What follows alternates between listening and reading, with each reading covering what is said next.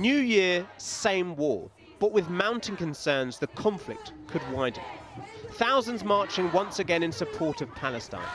It's nearly 100 days since the attack of October the 7th by Hamas, deemed a terrorist group by the UK. And Israel's subsequent response in Gaza has led to weeks of these protests. Why is it important to be here? I find it all very upsetting. I just can't believe what's happening. Our government is not speaking for us as the people here in the UK. There is now an added momentum for those demonstrating, with South Africa accusing Israel of genocide at the International Court of Justice and worries about a regional war following airstrikes in Yemen.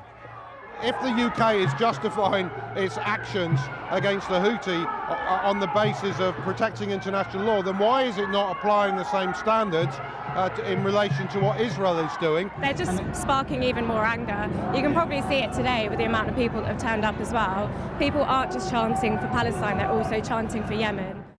It was on Thursday that the US and UK struck Houthi targets in Yemen, with US Tomahawk missiles striking another site in the early hours of this morning. The intent was to limit the Houthis' ability to damage ships and disrupt trade in the region. Since November, Houthi rebels in Yemen, who are backed by Iran, have launched dozens of attacks on commercial ships travelling through the Red Sea. The Houthis say they're targeting vessels linked to Israel in response to the war in Gaza. This is a vital route for global trade, and because of the increasing danger to cargo, many ships are being forced to reroute all the way round the tip of southern Africa, adding time and costs. Our aim is simple: to de-escalate tensions and restore stability in the Red Sea while upholding the fundamental principles of freedom of navigation.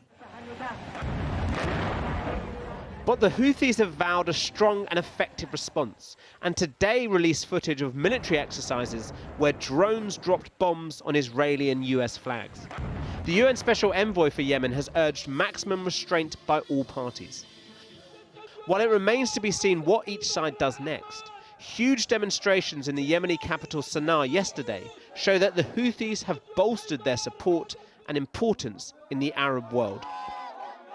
The Houthis, prior to this conflict, I would say, were sort of a second-tier ally of Iran compared to other organizations like Hezbollah that they are closer to and might see as more strategically important. But the Houthis have been able to use their attacks in the Red Sea to demonstrate their importance to Iran, what they can accomplish.